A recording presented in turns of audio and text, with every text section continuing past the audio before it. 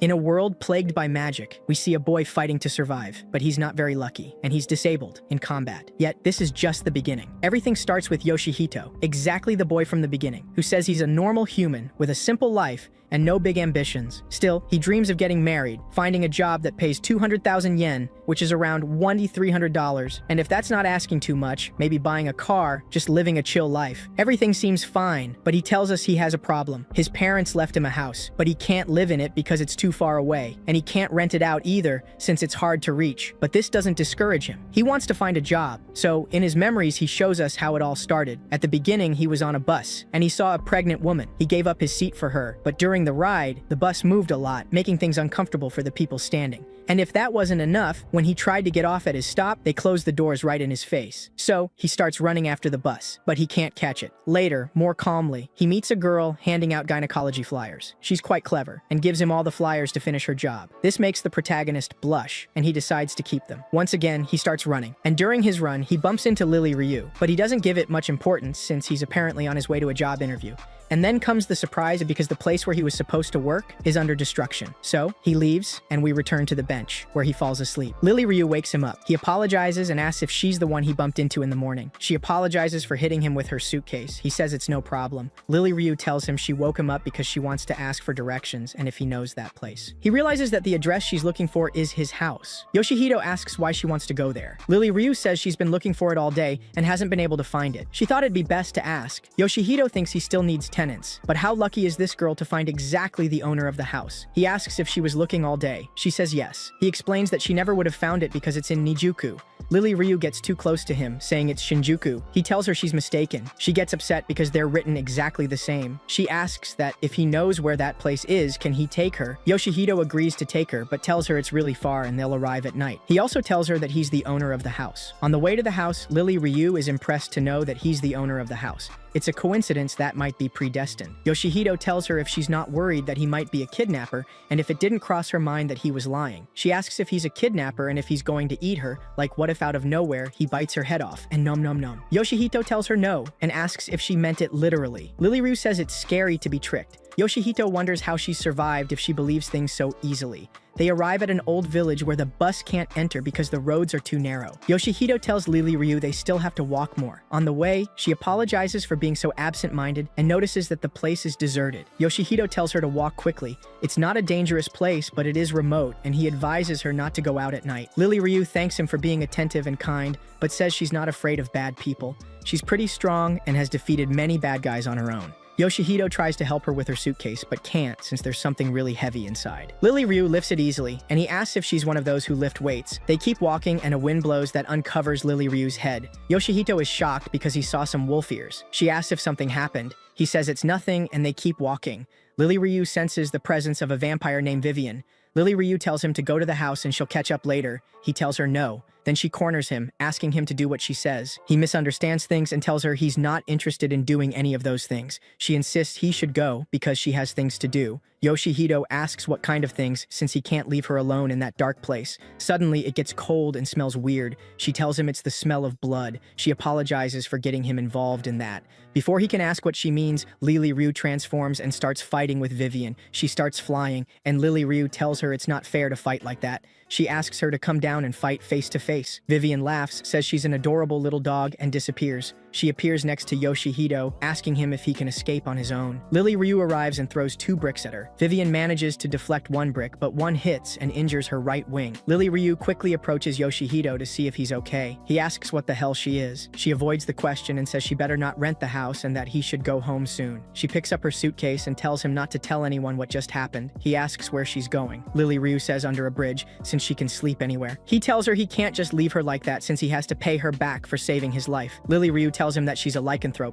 naturally an enemy of Vivian, so it's likely she'll come back. At Yoshihito's house, he tells her she'll be living there now. He asks if she brought her own futon. He says he could lend her his, but he has the impression that girls don't really like that. She says a futon wouldn't fit in her suitcase. He asks how long she'll be staying. She says she'll stay a long time. He shows her the room and tells her it's better if they rest since they're both tired. Lily Ryu asks if he's going to have experiments done on her. This leaves our protagonist confused. Yoshihito gets a call, but he's deeply asleep. The next day, Yoshihito wakes up to Lily Ryu's screams. She's terrified by a cat. His name is Sakate, and this confuses Lily Ryu. He explains he named him that because he always got in front of the TV, and he kept telling him Sakate, so that ended up being his name. Lily Ryu asks if she can turn on the TV. She wants to watch a documentary about wolves to see how her distant cousins behave. Yoshihito tries to turn it on without success, and goes to check if the antenna is in the right place. Suddenly, it gets really cold like that night, and bats come in through the window. Vivian appears, scaring the kitty. Vivian takes Yoshihito hostage and tells Lily Ryu she'd better go hunt rabbits. Lily Ryu calls her stupid because she doesn't know she can't catch rabbits. Vivian tells Yoshihito to run away, and that way she'll buy him some time. Vivian and Lily Ryu start fighting inside the house, throwing objects. Yoshihito tells them he'll charge them for everything they break. Vivian says she's doing all this with the intention of saving him. Lily Ryu says she's a liar. Yoshihito gets angry and asks if that's what saving his life is supposed to look like. He could have died. They both apologize, and Lily Ryu calls her a liar. She says she just wanted to suck his blood. Vivian says she just hides her identity as her kind has done for years. Lily Ryu accuses her of following her, but Vivian says she only came there to rent a room. Yoshihito asks if she's really going to rent a room. Vivian says yes, and her stomach growls from hunger. They sit down together for breakfast, and Yoshihito asks if she can eat normal food. Vivian says yes. Humans nowadays have lots of toxins in their bodies, and she doesn't want indigestion from sucking dirty blood. She says she's of hematophagic nobility and can control her instincts. She asks not to be called a vampire, but Vivian. Yoshihito again asks if she came to rent a room, and she shows him the flyer. She says she's tired of living in cemeteries. He compares the flyers and sees that they're the same, so he says she can live there, but doesn't want them causing trouble. He promises not to tell anyone about the two of them. Vivian agrees, but Lily Ryu objects, saying she can't live with that winged rat. Vivian says she wouldn't want to live with that hairy beast either, and that no one would live in that dump if they had money. Yoshihito says it's not a dump, it's his house. Lily Ryu asks Vivian why she doesn't go live with her own kind. Vivian says it makes her angry to see how hematophages and other fantastic beings take advantage of humans. Lily Ryu asks what that has to do with anything, because she likes living with humans, to which Vivian replies that lycanthropes are always deceiving humans. Vivian doesn't know how she managed to get him to rent her a room. She also says that if she had been in good condition, she wouldn't have been defeated by her. Vivian says lycanthrope claws have a curse effect, and Lily Ryu is surprised since she didn't know that. Vivian says that after eating, she'll prove that a lapdog is no match for her. Lily Ryu destroys the table and calls her a winged rat. She apologizes to Yoshihito and says she'll pay for the table. Yoshihito tells her to clean up the mess first, and he takes Vivian to see her room. She forgets her luggage and goes for it by jumping from the second floor. She says she'll pay the rent right away because if she doesn't, she'll lose it again. She checks her purse and realizes she lost her wallet. She says she lost it when she was weakened. She calls Lily Ryu a stupid bitch because that was all she had to survive. Lily Ryu tells her it's not her fault she's careless and says it's probably still out there in the street. Vivian cries because it's the 4th time that month she's lost her money. She asks Yoshihito if there's a cemetery nearby, but he tells her she can stay and pay him later. Vivian says she might take a long time to pay him back, and in exchange, she'll cook. Vivian dazzles them, since she knows how to cook really well. She's happy because she didn't think they'd like it that much. She takes advantage of the situation and hints that maybe she won't be charged rent since she cooks so well. Lily Ryu brings the phone to Yoshihito. The caller is a very annoyed job interviewer. She tells him to be there at 2 in the afternoon and hangs up. Lily Ryu asks if he knows her, and he says no. Yoshihito heads to the interview location and receives a call from the interviewer. She tells him to follow some instructions she's about to give. He asks who she is, because he's at the place she indicated and doesn't see any company. She yells at him to put his hand on the wheel attached to the post and tells him to look north. She tells him to take his hand off the post without stopping looking up. Yoshihito is teleported and is impressed by the luxurious place. He says it's better to be safe than sorry. After this, something humanoid appears and invites him in. It guides him to a door, and Yoshihito enters. A kind of red bat lands on a window of the house and makes the other bats go away. Yoshihito, in the office, meets Raven. She's the one who will conduct the interview. She explains that this is subdivision EN35 and it's the Hachiuji office. She'll be his future boss. She asks him to come closer and says he has pretty eyes. Yoshihito tries to stay calm, then he sees Raven eating noodles, and she asks if he wants some. He says no, and asks why she called him there. She says it's for an interview. She comments that it was a metaphor, not exactly literal. She adds that he was chosen and belongs to the Empire of Xiling. They manage the universes, and their goal is to improve universal cohesion. Basically, they are gods. He asks if he was chosen by the gods and thinks he's dead. Raven scolds him, telling him to stop overthinking it because he'll be the secretary in charge of her area. He'll be responsible for stopping species that plan world destruction. He doesn't understand much about it, and Raven tells him not to worry, since he already made contact with Lily Ryu, and that means he's fit for the job. He asks if she sent those two. Raven says no, but that they will send the next tenants and to consider the encounter with them as a work of fate. Yoshihito says he's a normal person, but Raven tells him he already passed the first test, which was meeting them and being able to adapt. They teleport, and Raven tells him he'll have two main jobs. The first is to take care of his tenants, and the second is to clean up after what Raven does. He asks if that has something to do with his tenants, and she says yes, because due to recent rumors, there are fantastic beings behaving strangely, and it's not a good sign. Yoshihito asks what exactly he's supposed to do, and Raven tells him basically it's to control and supervise his tenants, nothing more. Raven tells him that he'll be paid everything according to the law, and that anyone would want that job. Yoshihito wonders what would happen if he refused the job.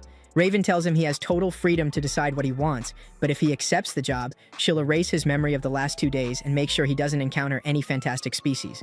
He asks about Lily, Ryu, and Vivian. She replies that she'll take care of removing them. Yoshihito gets worried and tells Raven that he won't do anything that goes against his morals. Raven tells him not to worry. They're not an evil organization.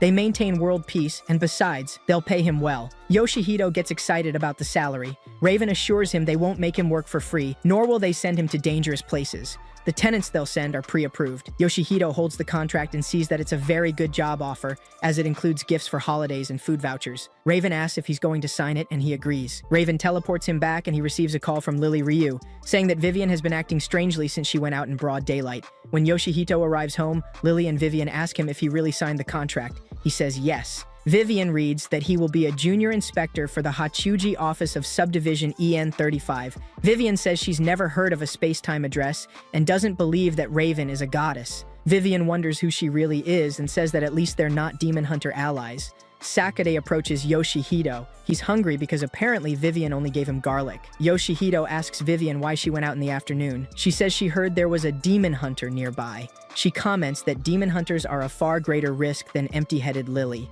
Lily challenges her to fight outside. Yoshihito reminds her that Vivian cooked for them, and she calms down. Yoshihito asks what demon hunters are. Vivian says they're monsters with half-human blood. There has always been a rivalry between them and fantastic beings, but neither has managed to completely wipe the other out. She says they're cold and excessively vengeful. Long ago, they connected with religious organizations to cooperate with humans. Yoshihito asks Lily if she's ever met one, but she says she's only seen them in movies. Vivian feels sorry for Lily, saying she has survived purely out of luck. Lily defends herself, saying she's lived with humans since she was little. She found out about lycanthropes after reading a book written by humans. Yoshihito asks if the demon hunters will come for them. Vivian says she really felt their presence. In that case, she says she'll leave and take the stupid dog with her and won't let him get involved. Lily scares Vivian when she turns on the TV. She apologizes and says she doesn't really understand. She adds that thinking too much won't help. The next day, Yoshihito is resting at home when he's teleported to another world. He hits himself, thinking it's a dream, and asks to be returned to reality. He walks a bit and hears a wolf howl. He says he hopes the game auto-saved at some earlier point as if it were a video game. The wolves chase him and he trips. He asks the wolf to settle their differences peacefully, but the wolf attacks. Yoshihito wakes up. It was a dream. He tells Lily he was having nightmares, but when he opens his hand, he sees the wolf's fur. Later, Lily, Vivian, and Yoshihito try to figure out what, or who, the fur came from. Vivian says there's no trace of dark magic and tells Lily to smell it, since it might be from her same species. Lily says it smells different from the wolves she knows. Vivian floats and gives Yoshihito protection. She says it wasn't just a dream. As far as she knows, there's no magic to extract objects from the dream world. Vivian gives him a selection of silver bracelets that have the effect of repelling demons. Vivian shows various objects she has obtained over the years, even working at the Vatican. Yoshihito asks if she's really a vampire, since all that is for defeating vampires. She tells him she's not afraid of them, it's more like psychological support. Lily says it's all junk, to which Vivian replies that the best part is her power as hematophagic nobility. She bites herself and places her blood on Yoshihito's hand, but it evaporates quickly. Then she says she'll use magic directly, without a catalyst. She starts to do so, but doesn't remember clearly how it works. She asks Yoshihito if he's sleepy, but the one who falls asleep is Lily. Vivian says something is nullifying her magic. She adds that maybe he's innately resistant to magic, or it just affects him very little. She says it must be because of his new job. Yoshihito tries to call Raven, but she's already calling him. She yells at him to show up tomorrow morning because she has an urgent mission. Yoshihito heads to the place, knocks on the door, but no one answers. He thinks of leaving, but Raven appears behind him. Yoshihito asks what that weapon is. Raven says it's her beloved sword, and she uses it to prune trees in the garden. She tells him she has something to give him. In the office, Yoshihito asks what it is. She tells him she'll give him a personal use data terminal. He asks how to use it, and Raven says if he touches it with his hand, he'll be able to control it with his mind. Raven adds that when he's in mortal danger during a mission, that function will be useful. Yoshihito says he won't go to war. Raven says that if he dies and the shift remains, they can make it work from another container for his soul. Basically, he's immortal. Yoshihito says that kind of exploitation beats all others and asks if the urgent mission was about that. Raven shows him the strengthening center, which all newbies must go through. There, they implant small special abilities. Raven pulls out what looks like a coffin and tells Yoshihito to get in. He refuses and says it's terrifying. Raven kicks him inside and tells him not to worry. The chest closes and injects Yoshihito in the neck. Then it starts spinning like a washing machine and overheats until it explodes. Raven wonders if she did something wrong, since that's not supposed to happen. We see Yoshihito again in the strange world. He can see there are 2 moons and it's very cold. The shift speaks to him and says that today's strengthening changed to a somewhat special mode.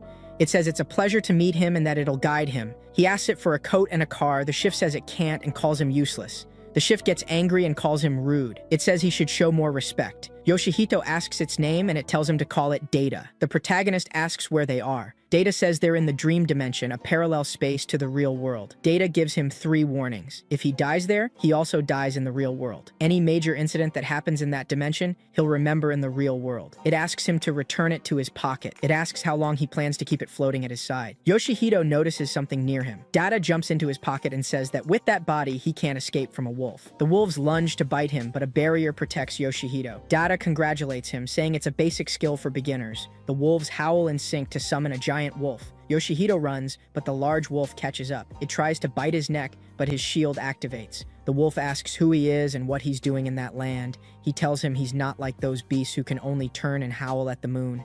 Yoshihito replies that he's just a traveler. He wants to know if there are more species, or even humans. The wolf says humans don't go to that land. Then it says he doesn't have much meat, but he'll do to fill the kids' bellies. It says that with his strange power, he damaged its fangs, and they won't be able to hunt for a long time. Yoshihito says there's another way to fix it. If they help him, he'll repair everyone's fangs. The wolf runs fast, and Yoshihito says he thought the wolf's pride was too big to let someone ride him. The wolf replies that it's no burden to him. Yoshihito asks about the land of humans. The wolf says he's never been, but he knows they're clever because they eat everything. They arrive at the place, and Yoshihito tells the wolf he'll keep his promise. Yoshihito uses Data as a flashlight, and Data complains that that's not what he's for. Yoshihito notices a fragment of something on the floor, and it begins to emit a powerful light that makes them disappear. Elsewhere, we see Lily wrapping a puppy in bandages. She sneezes, and the puppy runs off. Lily bumps into Kasan and apologizes. He keeps walking, and Lily finds it strange he didn't fall despite being pushed, but doesn't give it much thought. At home, Vivian is cleaning with a vacuum and is delighted by how functional and cute it is. Lily arrives, and Vivian tells her she found the perfect house for her, a doghouse. Vivian annoys Lily by vacuuming her face, saying it's shedding season.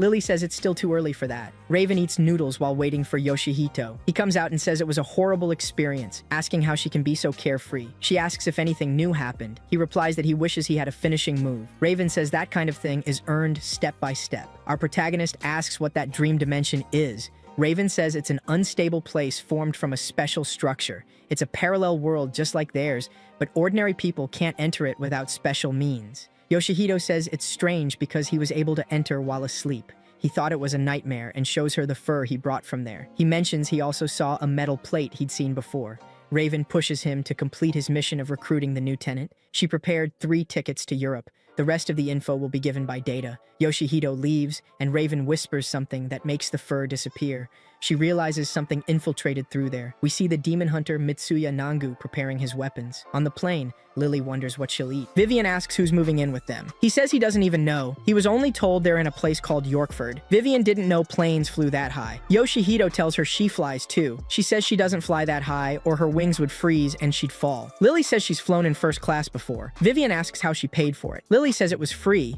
She just hitched a ride by grabbing onto the outside of the plane. When they arrive in England, Vivian says it's changed a lot. It used to be a desert. She mentions she lived there for a while. Lily complains she's hungry and tells them to get a taxi. Yoshihito says it's not far, but he doesn't know how to ask. Vivian says she can speak fluent English. Then we see that no one understands her, since her English is centuries old. Yoshihito thought she'd be more efficient than Lily, but they're the same. Vivian decides to use Lily's sense of smell and points to the right. Vivian tells her to guide them, but she says she's too hungry to do it. Yoshihito says the hotel food must be delicious. Lily runs off in that direction. At the hotel, Vivian is amazed by how beautiful the place is and notices the candle has a bulb instead of a flame. She then asks what the soft thing is. Yoshihito tells her it's a pillow. She says it's the first time she's seen such a soft one in her life. Lily feasts on food, and Vivian enjoys the soft bed. Yoshihito sees their behavior and tells them to stop messing around. They apologize and start looking for the tenant. Raven appears through Data and asks if they found them. Yoshihito says Data isn't working properly. She remembers she didn't update it and will ask a tech expert for help. Yoshihito says Raven is useless and stingy.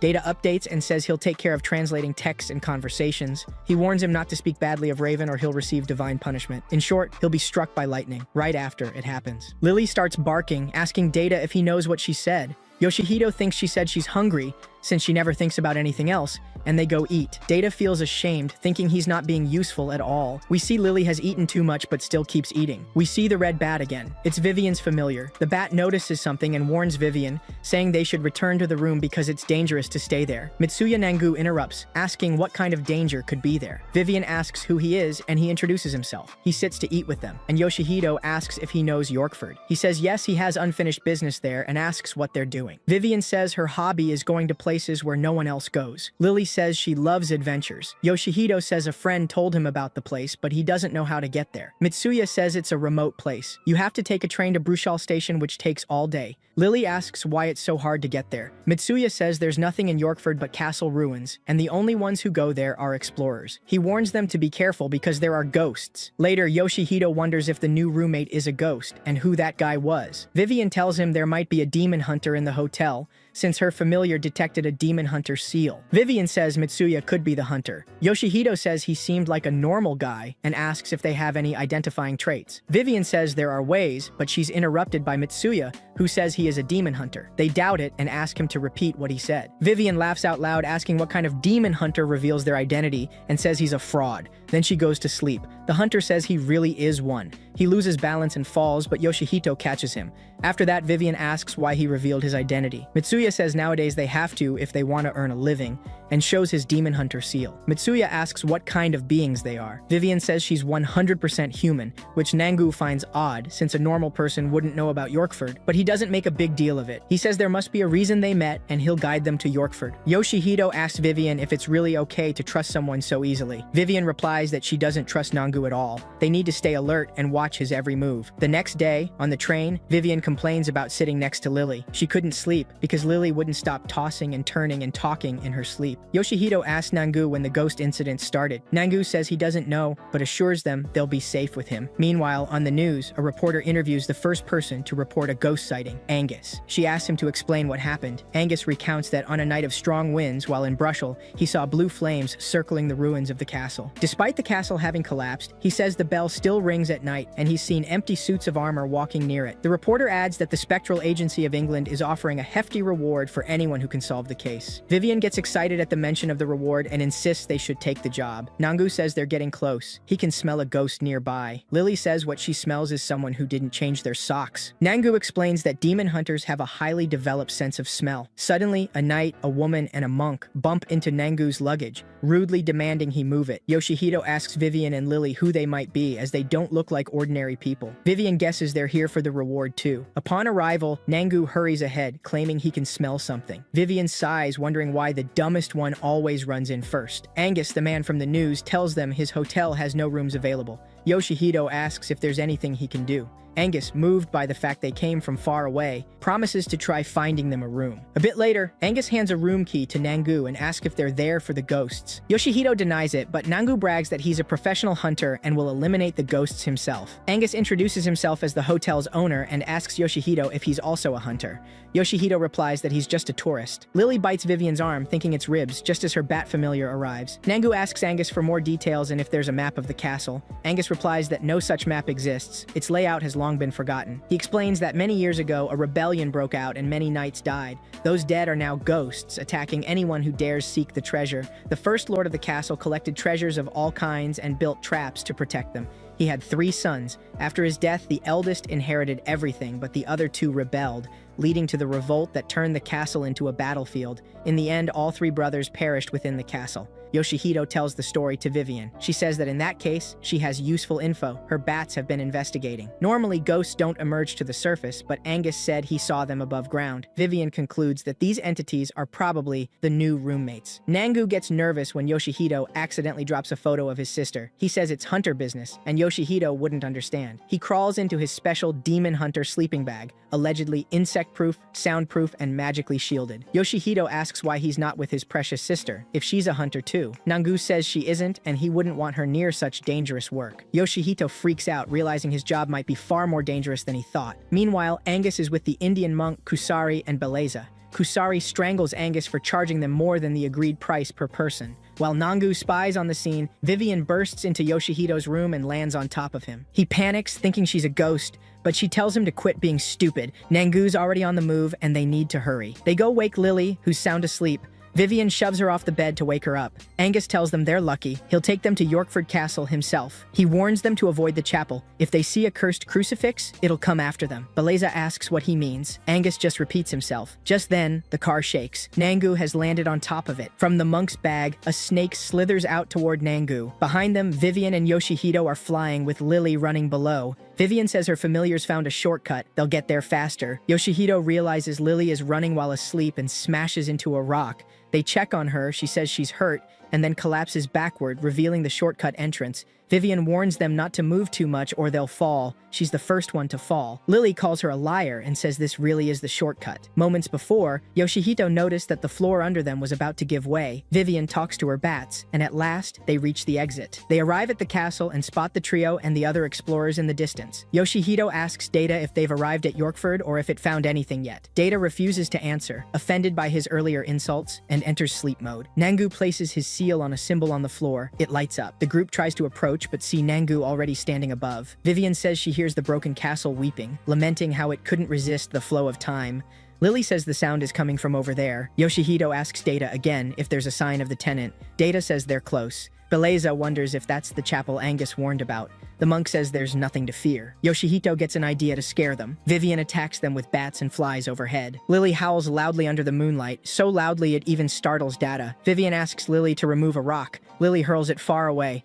Inside the chapel, Lily says she smells a human other than Yoshihito, someone who's no longer there. Vivian points out footprints left by someone who entered before them. She uses blood magic to reveal writing on the crucifix. Yoshihito uses Data to translate it. The inscription reads, 4 steps right, 3 steps back. I am the door to the divine secret. Vivian tells Lily to follow the instructions and uncover the floorboard. Under it, they find a ring protecting the treasure. Pulling it opens a passage. Data confirms the new tenant is down there. They descend to find them. Inside the tunnel, it's so dark that even Data's light isn't enough. They reach a point where the path splits into 3. Vivian notes it's not a normal passage, more like a track for wagons or tanks pulled by horses. Lily says she smells a human down one of them. Nangu throws his seal at a suspicious rock. It smells odd. As he peeks in, wind pulls the seal away and the rock falls on him. The others are exhausted. The tunnel is much larger than expected. Lily eats a kibble and offers it to the others, but they all politely decline. Yoshihito notices a strange noise. Lily suggests it might be the new tenant. Yoshihito grumbles that if that's true, he'll charge triple rent for making him come all the way down there. They see a light at the end of the corridor and wonder if it's the tenant, but as they approach, they realize it's Angus, the hotel owner. Vivian quickly disguises them as ghosts and says they should question Angus. No normal person would be here unless he's hiding something. Angus panics, begging for mercy. He says he's just there to make up stories to attract tourists. He even asks if they're really nightly ghosts. Yoshihito yells at him to leave, and the smoke around their disguise dissipates. Then Lily spots something written on the wall. Vivian identifies it as lettascript, used by demon hunters for exorcisms. Reading it aloud, Vivian says, "Seal the source of many evils so its malevolent power won't arise. When the walls close in, the guardians shall awaken." She deduces that the castle's former lord wasn't just a noble. He was either associated with demon hunters or one himself. Vivian touches the wall, and it reacts to her magic. Arrows rain from the ceiling, but Yoshihito's protective shield activates just in time. He warns there's no time to run and asks Lily to break the wall. Elsewhere, Nangu crawls through a narrow tunnel. A mouse startles him, making him activate a seal and cause an explosion. Vivian theorizes that the castle is designed to react to people with magic, to exterminate anyone who tries to break the seal. Suddenly, a giant boulder approaches. They dodge it, but Lily gives chase. Vivian sighs that it's inevitable. After all, she is a dog. They follow her, but the ground collapses under Lily. Vivian manages to catch her and declares she won't save her again. Nangu ends up in the same area where the others were. He sees the writing on the wall but can't read it. He suspects it must be important. As he reaches out, arrows strike him. Meanwhile, Yoshihito crashes down onto Vivian and Lily. They've landed in a treasure chamber filled with food and gold. Yoshihito tells them to look closely. It's all an illusion. In reality, there's just a deadly abyss. Strangely, Yoshihito seems unaffected by the illusion magic. They cross a narrow bridge and wonder if they're getting close to the tenant. Suddenly, a trap triggers and the walls start closing in. Lily tries to break them, but both she and Vivian weaken unexpectedly. Panicking, Yoshihito places his hands on the walls. They stop moving, and their strength returns. Elsewhere, Nengu removes the arrows from his body, only to face a giant boulder. He scoffs at such a childish trap, then falls into a deep pool. The group takes a moment to rest. Yoshihito spots a suit of armor moving its sword. Vivian warns it's too dangerous to fight here, and they flee. The sword Lily carries begins speaking. It reveals the demon stone is sealed. Vivian realizes the knights weren't the sealed ones. The stone itself is the true threat, an artifact for summoning demons. Lily says they should just smash it, but Vivian insists it's not that simple. Yoshihito asks what happens if the seal breaks and a demon appears. Vivian answers that if it's powerful and hostile, it could do whatever it wants to the world. Yoshihito asks what kind of stone it is. Vivian says it's a black quartz, thin, with red tips. Yoshihito says, "You mean this one?" Meanwhile, Nangu, no longer feeling pain, finds a hole in the wall and senses powerful magic inside. Yoshihito asks Data if it's possible to call for reinforcements. Data sarcastically asks if he has no shame asking for help over something like this. Nangu uses his seals to blast open the wall, causing the demonic stone to tremble. The explosion sends debris crashing down on the group, but Yoshihito's shield activates again. They realize Nangu caused it. Suddenly, ghostly knights begin closing in. Yoshihito says they might not make it out alive. Arrows strike the armor. Nangu has arrived, striking a heroic pose and asking what they're doing there. He says it doesn't matter. They must have their reasons. He leaps high into the air, only to fall clumsily. The ghost knights prepare for battle.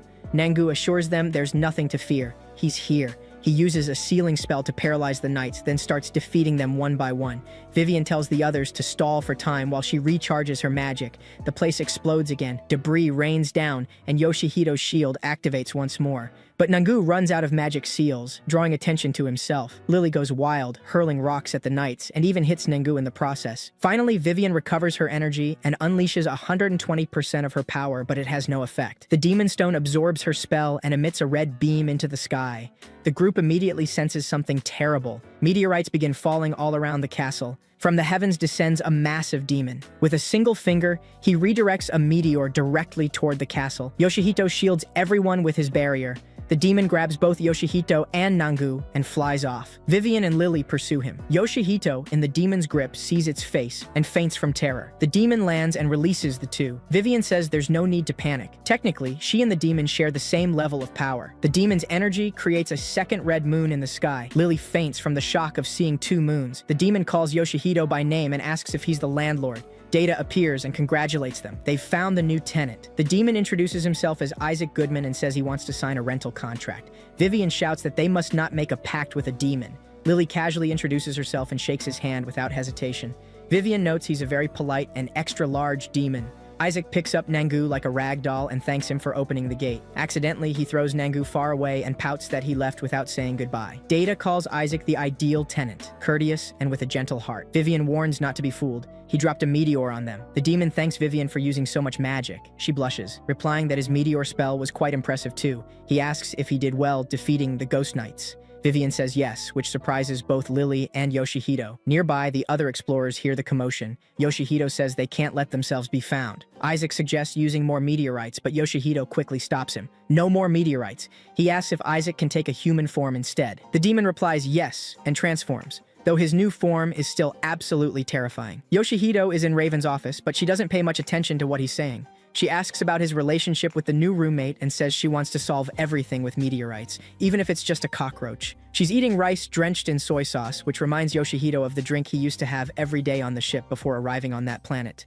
Lily asks Isaac if he wasn't sealed. Isaac replies that the demon stone is merely a door. Yoshihito then asks if his mission was to open that door, and Raven confirms it. Isaac had been waiting on the other side. Yoshihito asks if Isaac is a demon. Raven answers that he's a space demon. Isaac notices the kitten Sakate and pets him, but the cat bites him, and Isaac instantly falls in love with him. Raven says Isaac is no longer dangerous, though he used to wage wars across the universe conquering other species. Isaac declares that it's time to work. He's renting a room, so he has to pay for it. Lily comments that the Batgirl hasn't paid rent in 3 months. The two of them argue, and Isaac steps in, saying that fighting is bad.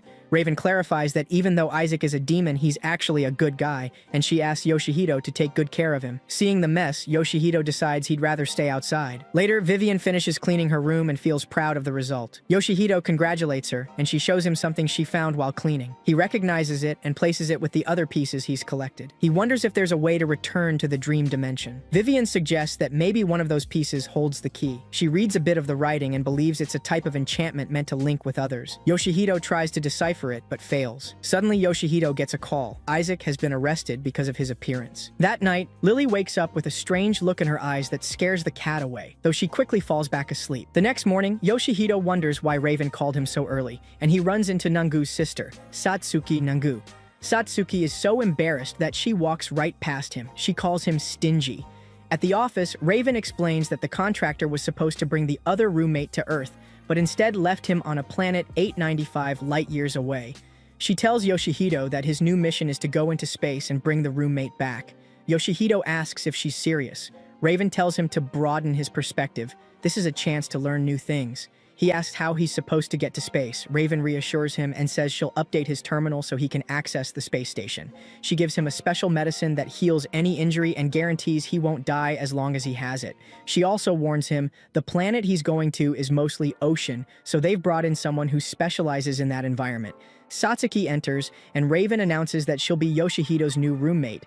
Back home, Yoshihito introduces Satsuki to the others. They each introduce themselves and ask if she's also some kind of magical being. Satsuki explains that she's a land-based mermaid. Her mother is a mermaid, but she was raised on land. Vivian gives a brief explanation about mermaids. They're all female, and they reproduce through a special ritual. Satsuki apologizes, saying she's really hungry. Vivian offers to cook the best dish she can to welcome the new roommate. Satsuki comments that it's funny a vampire would cook for a werewolf. Vivian replies not to misunderstand. She's just fattening her up to use as bait for magical beasts. Lily gets mad and they start arguing. Isaac steps in again, asking them not to fight. Satsuki says she's glad to have such lively roommates. After eating, Yoshihito says he's going to get the other roommate, but he can only take 2 people. One of them will be Satsuki. Vivian asks where they're going. He replies, to space. Vivian says that's outside of her expertise. Isaac comments that he's been on a spaceship before and agrees to go. Lily throws a tantrum and suddenly clutches her stomach. Vivian notices she hasn't been eating much lately. Yoshihito decides it's best to bring her along on the next mission. That night, Yoshihito gets up to get a drink. Satsuki asks him if he's scared to go into space. He says no, then she asks what he really is, because she doesn't believe he's just a regular human. He insists that he is. She finds that hard to believe since he lives with 3 non-human species. She thought he'd be some kind of supreme master or something. Yoshihito asks why she's been traveling. Satsuki replies that it's a top secret and goes to bed. The next morning, Data takes them to a place where they can teleport to the space station. When they arrive, a guide welcomes them to the Kuiper space station. Yoshihito asks if she's an alien. Data confirms it. Yoshihito remarks that he thought aliens would look more shocking, like in the movies. Satsuki notes that the gravity feels similar to Earth's. The guide explains that the environment is artificially adjusted so that most species can adapt to the gravity and atmosphere. Those who can't are modified with tools. Isaac points out that there aren't many people. Satsuki comments that it feels deserted. The guide gets annoyed and asks if they're even listening to her. They all say yes, and Data apologizes, saying their personalities are a bit problematic. Yoshihito asks why there aren't more people. The guide explains that this is just a relay station. Most visitors don't stay long. She says there will be passengers on the ship that will match Yoshihito's taste. They're boarding mid-sized spaceship number 883. Satsuki spots some little green Martians, and everyone is shocked. Data tells them to hurry and board the ship. Once inside, they realize it's completely empty. Data explains that it's used for storage, but when they get close to landing, they'll transfer to a smaller vessel. Isaac asks how they'll get back if the ship is so small. Data says Raven will send another one. Since this mission was unplanned, they'll have to put up with some inconveniences. A hologram of the captain appears. He tells them it'll be a long but safe journey. Isaac says he seems trustworthy. The captain gives off a good vibe. Yoshihito asks how long it'll take to get there. The captain replies that the ship travels faster than the speed of light, and with his captain skills, it won't take more than a day. Yoshihito finds the whole captain skills thing absurd. The ship begins its departure as ordered. Back home, Lily is deeply saddened, thinking the landlord abandoned her. Vivian decides to cook something for her so she doesn't get too depressed. As soon as she says it, she wonders why she's acting like Lily's mother. Lily asks Vivian if she can't use her wings to fly to space. Vivian replies that she can't. Lily asks if all she can do is cook. Vivian asks if she's really upset just because of that, or if there's something else. Lily says maybe she's getting sick from being allergic to bats. Vivian immediately regrets worrying about her. Meanwhile, the spaceship is zooming through space at high speed, but the group is calmly playing cards. Isaac turns out to be really good at the game, and Yoshihito gives up. Isaac says he's having fun on the trip. He had always been alone, and now he's excited. Next time, there will be 5 of them. Data announces it's time to switch to the smaller ship. The little green aliens panic, and the captain says that their company's rival is trying to overtake them. Data explains that apparently a race between companies has just begun. Satsuki remarks that she had completely forgotten about them while focusing on the race. Data says they must board the smaller ship immediately to escape. That ship doesn't travel at light speed, so if they leave at the wrong moment, they could drift through space for thousands of years. The ships begin to fight, and the group has about 4 minutes to escape. Isaac says he'll knock out the captain. Data warns that if they do that, they'll get arrested. Satsuki replies that in that case, it'll count as self-defense. They reach the ship, and Data pilots it, since there's a special terminal spot. However, he reports a problem. Due to the high speed, the ejection gate is locked for safety. Data doesn't have the clearance to disable the lock. Yoshihito asks if there's another way. Isaac says he'll handle it. He likes being in space without a suit.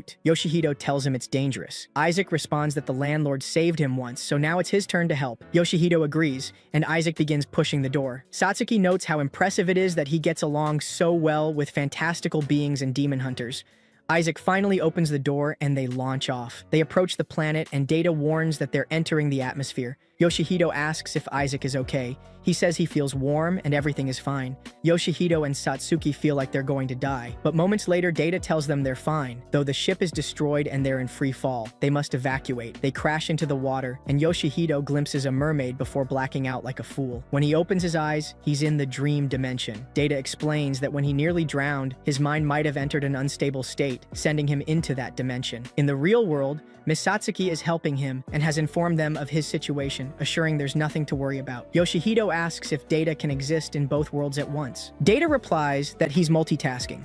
Yoshihito sees that another species of wolves is attacking the ones he met before. He defends them with his shield. One of the wolves tells him not to humiliate them like that, since they're very proud. Yoshihito clarifies that he didn't mean it that way, and the wolf thanks him for helping now that they no longer have fangs to fight. Yoshihito says that since he couldn't bring a dentist, he offers them a medicine that heals all types of wounds. The wolves comment on its strange smell and ask where he got it. He begs them to trust him and internally hopes Raven didn't trick him. The wolf leader takes the medicine and begins to glow. Everyone panics, but the wolf assures them he's fine. He has recovered all his teeth. He then asks for the medicine to be given to his subordinates and says Yoshihito is the first human to ever keep his promise. Yoshihito says he's grateful to have been saved by them. He asks if they know what a carved inscription on the stone is. The wolf says it's ancient writing used by humans long ago to leave messages in their structures. Yoshihito asks if it's like a lucky charm or has another purpose. Data warns he's about to wake up. When he opens his eyes, Isaac is giving him mouth to mouth. Everyone was worried because he wouldn't wake up. Data reports that while he was unconscious, he scanned the planet. Satsuki asks what the 2 points on the scan are. Data believes they're the locations where the ships crashed. Isaac asks where the new tenant is. Satsuki assumes the tenant is in the sea and says she can help. Data tries to give more details, but everyone ignores him and heads into the forest. Back at home, Vivian has prepared a delicious meal. Lily devours the food, and Vivian comments she thought Lily was exhausted. Lily tastes another dish and realizes it's full of garlic. She says her nose is super sensitive and that she might faint if it's all garlic. Vivian replies that if she doesn't like it, she doesn't have to eat it, but also asks why she didn't notice it earlier if her nose is so sharp. Lily faints and starts acting strange, which worries Vivian. Outside the house, 2 people are watching, Kasan and Yuan. In the forest, Data informs the group that they're almost at the objective and reminds them to follow relocation protocols. Satsuki asks how much farther they have to walk. Isaac points ahead. They find the crashed ship and decide to check for survivors. Isaac tears the ship apart but finds no one. Data analyzes the remains and concludes that the cargo compartment is missing, meaning the tenant was likely there. Yoshihito asks why the tenant was in the cargo hold. Data replies that he doesn't know the reason, but that this ship model has a very sturdy cargo section, so the tenant is probably safe. They head to the sea, hoping to find the tenant. Satsuki dives from a rock to search. Data says the ship is in a deep sea trench, 2,000 meters down. Satsuki hands Yoshihito her clothes, and he realizes she really is a nymph. She clarifies that she's a siren and that she can take him to the bottom. Data says it's Yoshihito's job, so Isaac throws him like a missile, wishing him a safe trip. Yoshihito thinks he's going to die, but discovers he can breathe underwater. Satsuki explains that she can control water like it's part of her body, forming bubbles and adjusting pressure. A shark chases them, but Satsuki turns into an octopus. The shark halts and flees in terror. Yoshihito asks if she can transform into anything. She says yes, turns into a shrimp, and launches herself at him. Data says they're near the target. The place is very dark, and Yoshihito asks Data to light up like a flashlight. Data is deeply offended, but complies. They find the cargo hold. It's damaged on the outside, but the interior looks intact. Satsuki becomes a sea snake and creates an air bubble around the compartment so Yoshihito can enter. She slithers out like a fish out of water. Yoshihito tells her to transform into a human, but she says she's naked and tells him not to stare so much. They enter the compartment but find no one. Data confirms the records show a passenger was inside. Yoshihito decides to inform Raven. Meanwhile, Satsuki opens a device containing baby items and an egg. Raven asks to see the place and congratulates them for finding the new tenant. Satsuki drops the egg and Raven freaks out. Luckily, it doesn't break. Yoshihito asks what they should do now. Raven says she'll meet them in an open area to discuss the details. They surface and Isaac presents the egg. In the distance, a ship approaches. It's Raven. Yoshihito scolds her for nearly killing them with that landing. She replies she was being kind by bringing the ship directly to them. Yoshihito asks if she's giving them that ship. Raven says yes, and he'll be the captain. Raven explains that the egg belongs to a nymph from another world, the last surviving life form of that planet. Yoshihito says he can't take care of something that important. Raven reassures him that this life form is extremely resilient, so he shouldn't worry. He asks the captain to pilot the ship, but the captain doesn't know how, so they use Data instead, who is delighted. Data asks which solar system they're heading to. The captain replies they should simply return home, and they depart. Yoshihito, Isaac, and Satsuki are teleported back home, where everyone is starving. The house is a complete mess thanks to Lily. Vivian tries to restrain her, but she escapes and attacks Yoshihito. Lily sees the egg and licks her lips. Satsuki warns her it's not food. Isaac holds her back, and Yoshihito asks how long she's been like this. Vivian explains she became violent right after the food was ready. V suggests they go to Raven for examination. Yoshihito asks Data to teleport them to the space-time office. Data says he can't because of Lily's unstable condition. Isaac draws a teleportation circle using soy sauce to travel immediately. Vivian comments that demons are experts in teleportation magic. Isaac adds that any liquid will do. They arrive at the office, and Raven is annoyed they interrupted her moment of peace. Yoshihito insists they're in trouble. Lily slips from Isaac's arms and bites Raven's leg. Raven locks eyes with her. Lily asks if she's the doctor. Raven replies with another question. What does she see in her eyes? Lily says she sees a large red moon with people on it, melting into the sea. Lily claims she needs to become stronger and attacks Raven, but Raven stops her with a single blow. Raven says she's not sick. She's about to evolve. In simple terms, she's awakening new werewolf powers. Yoshihito doesn't fully get it, so Raven explains Lily will temporarily return to her full wolf form to awaken her hidden strength. Satsuki notes that's why she lost her sanity. Raven adds that these powers usually awaken slowly over years, but Lily must have been exposed to something that sped up the process. V says maybe she ate something bad, but Vivian insists she's only eaten what she's cooked. Raven explains werewolves are sensitive to the moon, and then Yoshihito remembers that Vivian conjured a red moon at Yorkford Castle. Vivian is shocked and admits it's her fault, but says the important thing now is to stabilize Lily's mind at the reinforcement center. Yoshihito carries her, and Raven takes the chance to ask Isaac and Satsuki how they're liking their new life. Isaac says he enjoys it, and Satsuki says she's having a lot of fun. Lily wakes up, apologizes for causing trouble, and barely remembers anything. Vivian, Isaac, and Satsuki are relieved she's okay. Yoshihito asks everyone to go home, as he'll stay and talk with Raven. Raven is glad he's back and asks for a report on his missions in England and space, reminding him that without a report, there'll be no pay. Then she asks how it feels to live with fantastical beings. He replies that it's a bit tedious, but they seem like good people. Raven tells him Lily's transformation isn't over yet. They merely calmed her down. She must go through the change naturally under the next moon. Looking at the calendar, they realize that's tomorrow, but Raven will be busy. She tells them to handle it on their own, since they completed their mission and should manage. The next day, Yoshihito is worried about what might happen that night. Kasan watches him from afar. At home, Vivian appears to be making poison, but it's actually medicine for the pup, made by combining 20 million medicinal plant species with secret magic. When a drop falls to the ground, it disintegrates the surface. Night falls, and they camp outdoors. Isaac says camping is fun. Yoshihito notes they're far from the city, so there's no risk of being seen. Lily plays with the egg, and Vivian reassures everyone. The medicine is ready. They play cards and arm wrestling. Lily won't stop eating. When everyone's asleep, Lily goes out to see the moon and howls. Seeing her, they realize she's aggressive again. Isaac creates a protection circle. Lily completes her transformation, and the girls find her appearance adorable. She's huge. Data says she's not a wolf. She's a Siberian husky. Yoshihito approaches and she licks him. She just wants to play. Then she sees the moon and howls with thunderous voice. Kasan and Yuan say it's time to see what she can do. Vivian gives her the medicine, but it doesn't work. Lily keeps howling and runs off. They all chase her. Yoshihito asks Isaac to stop her, but she kicks him away. Vivian restrains her with magic. Yoshihito says he'll talk her down, but Lily acts rebellious. Satsuki begins to sing, which calms Lily down. Suddenly, she falls asleep and begins to transform back. Satsuki covers her eyes since she's naked, and Vivian wraps her in a blanket. Back home, Yuen knocks Yoshihito unconscious. Lily wakes up in space. Each hand has a claw, one hot, one cold. She's in an unknown place and tries to escape but gets electrocuted. Kasan and Yuen appear before her. They say they're allies, protecting her from a deceiving vampire. She asks where the others are. They say she mustn't mingle with other species. Lily replies that everyone is kind, including Isaac and Satsuki. Yuen says they'll withhold food until she agrees to go with them. Kasan knocks her out. Vivian's familiar sees everything. Kasan says the girl will be useful to their clan and that they'll teach her about werewolves. Back home, the group asks Yoshihito where Lily is. He remembers being struck from behind and that she was taken. Isaac says he'll go find her, but they don't know where to start. Vivian's bat is too weak to give useful information. Data scans it and says it has oil, coal, iron oxide, and shards of glass in its body. Vivian deduces they're at a steel factory. Yoshihito says there's one nearby. They might be there. They split into pairs and head over. Yuen seals the area so anyone trying to enter will trigger an explosion. Vivian sends her bats to scout, but one is destroyed by the barrier. Upon arrival, they discover a fog barrier.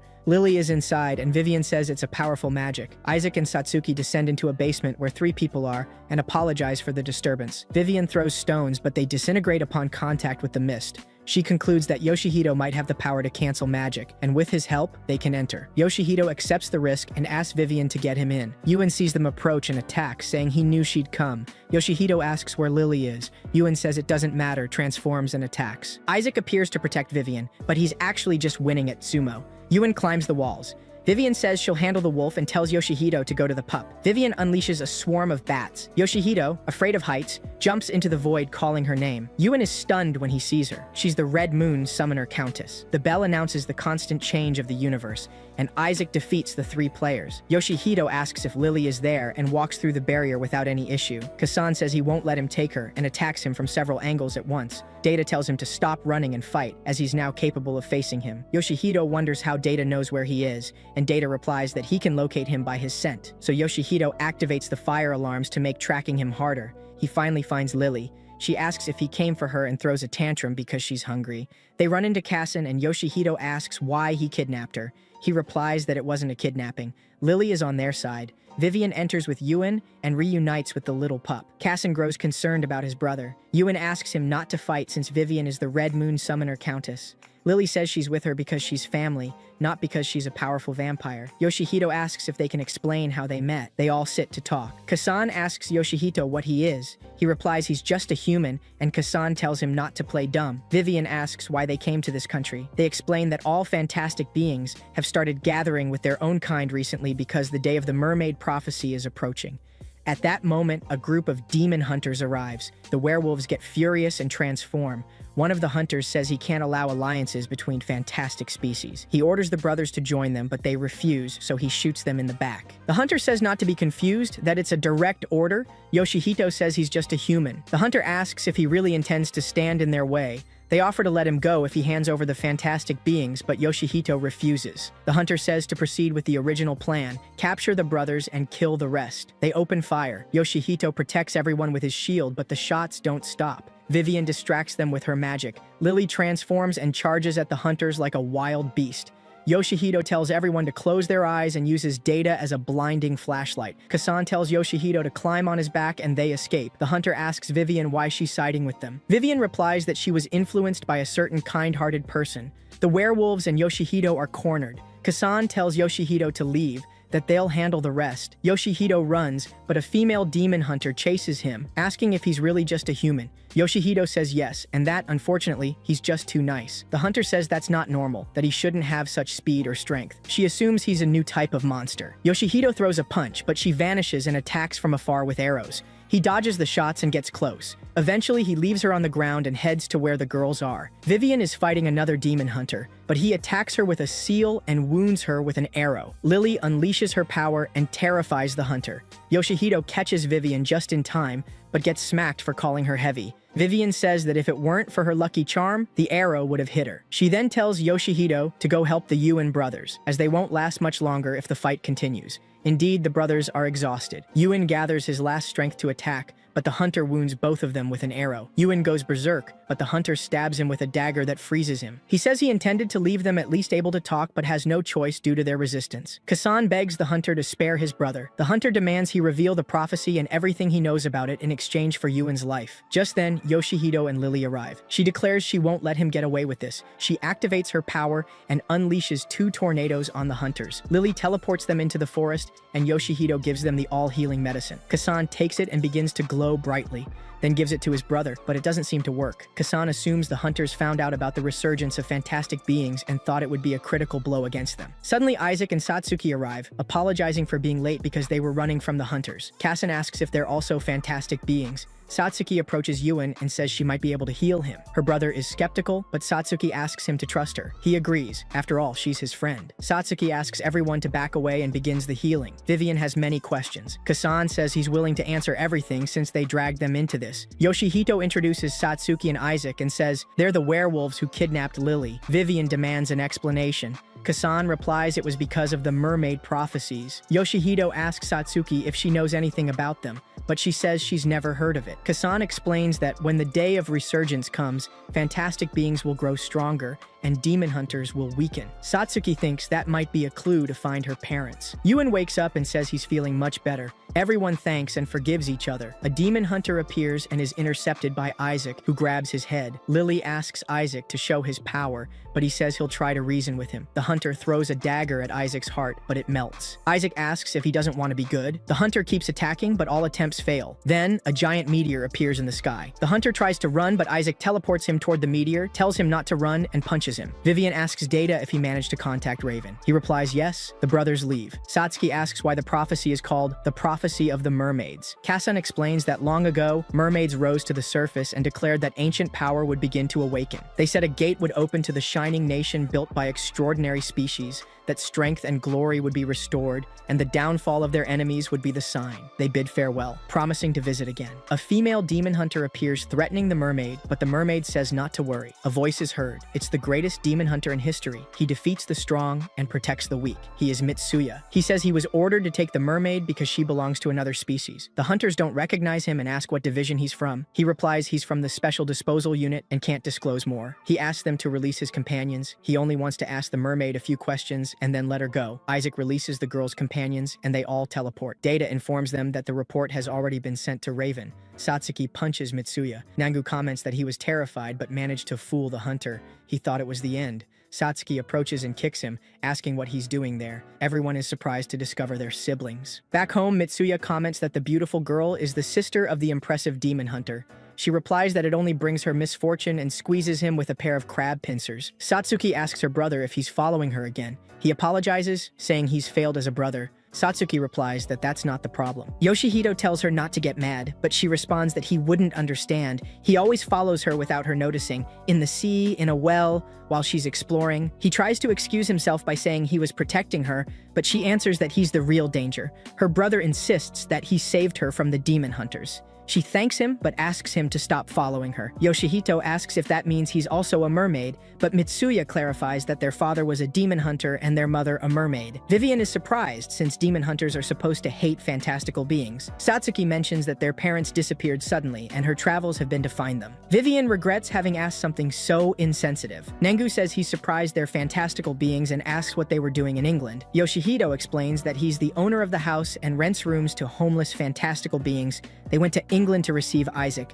Yoshihito asks if huskies count as werewolves. Lily gets sad, thinking she was a wolf. Vivian suggests running a test. She tells her to stand up and then bites her neck. Vivian clarifies it was just a blood test, but everyone misunderstood. She announces that Lily is not just a husky, but also part Pekingese. She confirms 0% wolf, and so the usual fighting begins. The doorbell rings. The brothers panic when they realize Mitsuya is a demon hunter. He gets upset and says they shouldn't fight just because he's a friend. Isaac stops them. In the end, they apologize for fighting. Yoshihito explains that Mitsuya is his friend, even if he's a demon hunter. The brothers don't trust him and say he doesn't even seem like one, they insist everyone should join them for the prophecy. Vivian gets tired of hearing so many similar stories. Yuen says that sooner or later the demon hunters will attack and asks if they want their human involved in that. Vivian assures them they're strong enough to face them, as they already proved. Mitsuya says it's an awkward conversation for a demon hunter.